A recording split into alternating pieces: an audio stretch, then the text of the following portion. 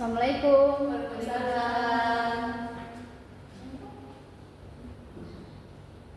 Selamat pagi semuanya. Pagi, Bu. Semoga dalam keadaan sehat dan semangat belajar hari ini ya. Baik. Sebelum mulai pelajaran hari ini, alangkah baiknya ketua kelas untuk memimpin doa. Berdoa dimulai. Selesai. Baik, sebelum mulai pelajaran hari ini, Ibu akan absen terlebih dahulu ya. Nur Aini, hadir Bu. Fosia, Hadir, Ibu. Jessica Ruku, Bu. Susi Susanti, Hadir, Bu. Novita Teten, Hadir, Bu. Alma Barkuotan, Hadir, Bu. Oke, hadir semua ya. Hari ini kita akan mulai pelajaran baru yaitu pengantar antropologi. Sebelumnya kalian sudah pernah belajar tentang ilmu sosial dan ilmu budaya bukan? Siapa yang bisa menjelaskan apa yang dimaksud dengan ilmu sosial dan menjelaskan secara singkat tentang antropologi? Bu, silakan. Saya mau menjelaskan tentang ilmu sosial. Jadi, ilmu sosial itu adalah ilmu yang mempelajari manusia dan kehidupannya, bagaimana mereka hidup berdampingan dengan individu lainnya dan juga bagaimana mereka saling berinteraksi. Oke, bagus.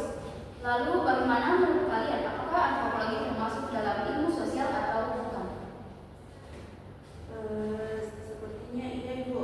Karena antropologi lebih berfokus pada budaya dan kehidupan manusia dan berbagai sisi seperti adat dan istiadat, kebiasaan dan lainnya.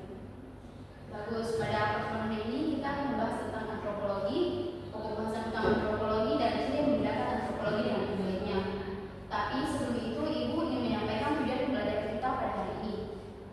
Tujuan kita hari ini adalah agar kalian dapat memahami konsep dasar antropologi, mengenal lingkupnya, serta menjelaskan peran antropologi dalam kehidupan sosial dan budaya. Indikator keberhasilannya adalah kalian mampu mendiskusikan dan mempresentasikan pemahaman tersebut melalui kegiatan kelompok yang akan sebentar Ibu bagi. Materi hari ini kita mulai dari pengertian antropologi secara umum atau secara etimologi. Antropologi berasal dari dua kata, yaitu dari bahasa Yunani anthropos yang memiliki makna manusia dan logos artinya ilmu. Dalam Kamus Bahasa Besar Indonesia KBBI, manusia adalah makhluk yang beraktivitas sehingga mampu menguasai makhluk lain.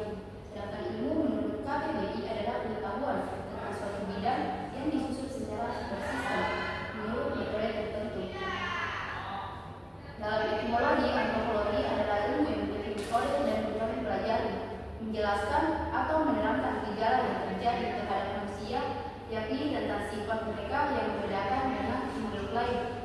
Ilmu antropologi kemudian mengalami perkembangan dalam mengkaji sifat manusia.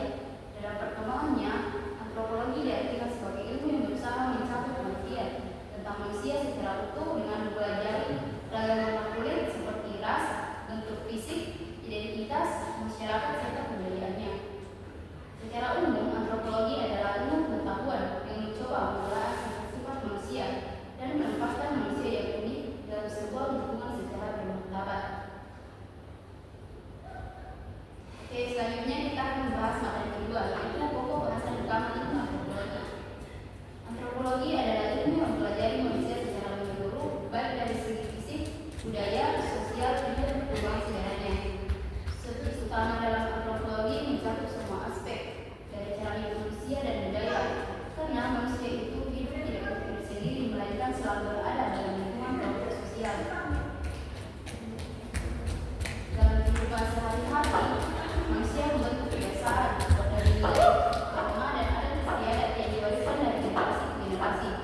Istilah manusia sendiri sebenarnya sulit untuk didefinisikan secara mutlak, karena sangat kompleks dan luas, mencakup dimensi biologis, psikologis, sosial, dan spiritual.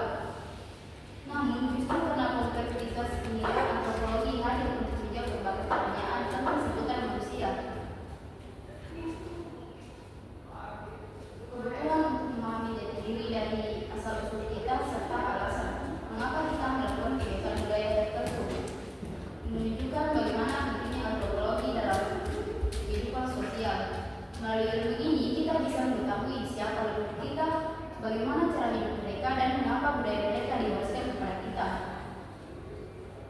Tidak hanya itu, antropologi juga membantu kita memahami nilai-nilai positif dari budaya, seperti gotong royong, rasa hormat kepada orang tua, dan toleransi antar kelompok. Selain sebagai ilmu tersendiri, antropologi juga berperan penting dalam cabang ilmu lainnya. Misalnya dalam ilmu hukum, antropologi membantu memahami hukum adat masyarakat. Dalam ilmu agama, antropologi bisa digunakan untuk mempelajari sistem kepercayaan masyarakat tradisional.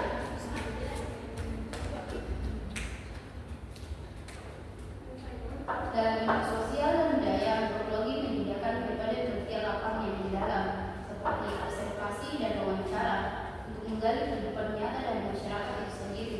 Karena itulah, cakupan antropologi sangat luas dan fleksibel, serta memiliki kontribusi besar dalam memahami manusia secara utuh dan mendalam. Dari dua materi di atas ini memberikan tugas kelompok atau tugas diskusi untuk kalian. Tapi sebelum lanjut, ada link asesmen yang sudah ibu kirim di grup WA untuk dikerjakan maksimal 15 menit. Sembari ibu bagi kelompok diskusi dan materi masing-masing kelompok.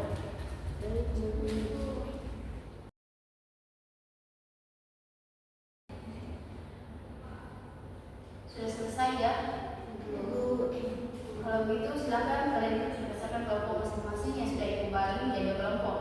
Kelompok pertama ada Susi Susanti, Anna Barikotan, dan Fosia. Dan kelompok kedua ada Rufita, Edi, dan Jessica.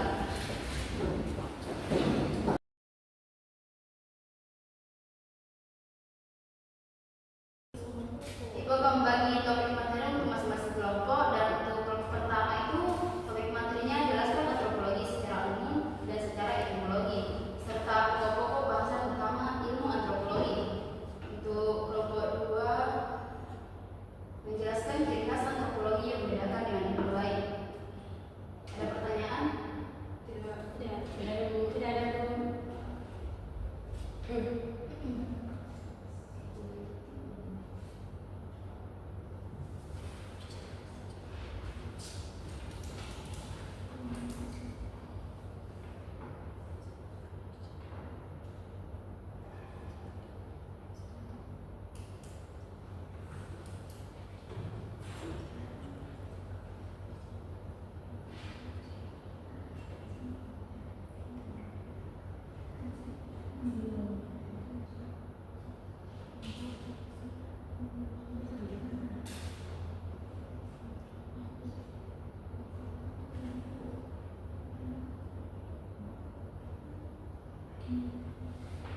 Baik, sudah selesai ya. Saya persilakan kepada kelompok 1 untuk memaparkan materinya.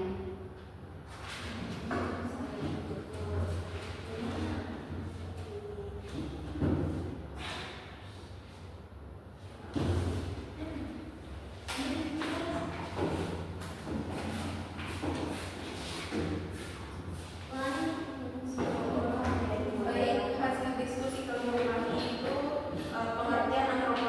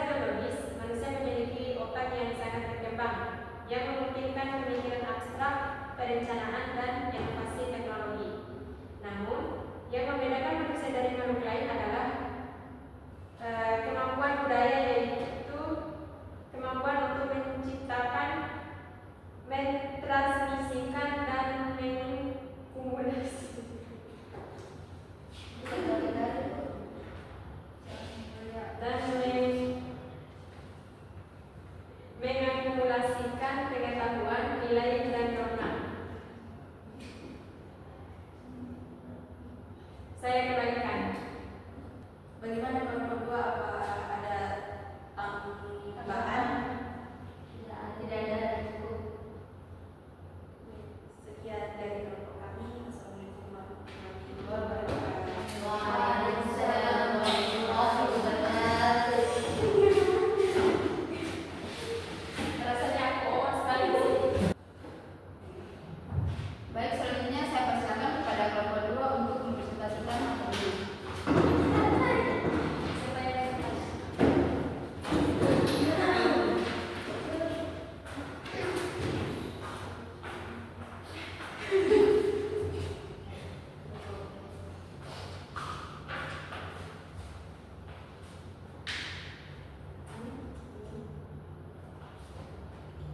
Oke, perkenalkan kami dari kelompok 2 yang akan mempresentasikan tentang ciri khas antropologi yang membedakan dengan ilmu lain. Nah, beberapa ciri khas yang membedakan ilmu antropologi dengan ilmu lain ada beberapa karakteristik ilmu antropologi. Yang pertama, objek kajian. Nah, objek antropologi adalah manusia dengan segala permasalahan yang dihadapi manusia dan kelompoknya. Para antropolog tertarik pada semua fenomena manusia, baik manusia itu hidup atau mati, tradisional atau modern. Kemudian ada kunci yang kedua adalah pendekatan atau prinsip dasar yang dimana dibedakan menjadi dua. Yang pertama itu holistik. Antropologi belajar salah satu aspek dari kehidupan hidup sekelompok orang dan menghubungkannya dengan aspek kehidupan lainnya yang kompleks dan terkait. Selanjutnya itu relativisme budaya. Antropologi mencoba untuk mempelajari dan menjelaskan keyakinan, praktik atau institusi sekelompok orang dalam konteksnya sendiri. Dan yang ketiga itu pendekatan terhadap pandangan informan. Antropologi fokus pada bagaimana orang-orang yang diteliti memahami tentang dunia mereka sendiri, bagaimana sekelompok orang tertentu menjelaskan tentang arti atau makna kehidupan mereka. Baik, materi selanjutnya itu fokus kajian. Antropologi berfokus pada masyarakat atau komunitas kecil. Jenis-jenisnya meliputi kelompok sosial terbatas, baik mereka berada di dunia tradisional maupun modern, termasuk struktur ekonomi dan politik serta cenderung homogen dalam karakter mereka secara keseluruhan. Selanjutnya metode penelitian. Ciri-ciri antropologi lain adalah metode penelitian utamanya yaitu etnografi. Penelitian etnografi cenderung kualitatif seperti kerja lapangan. Terima kasih.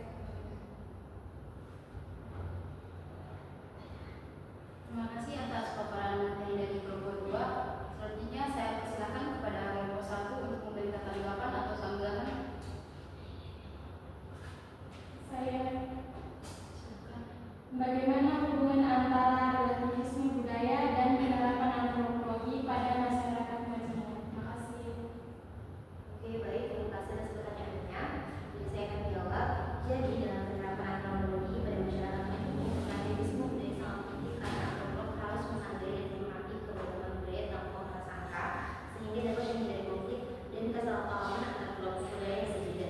Dengan pendekatan ini, antropologi dapat membantu membangun dialog dan toleransi di masyarakat marginal.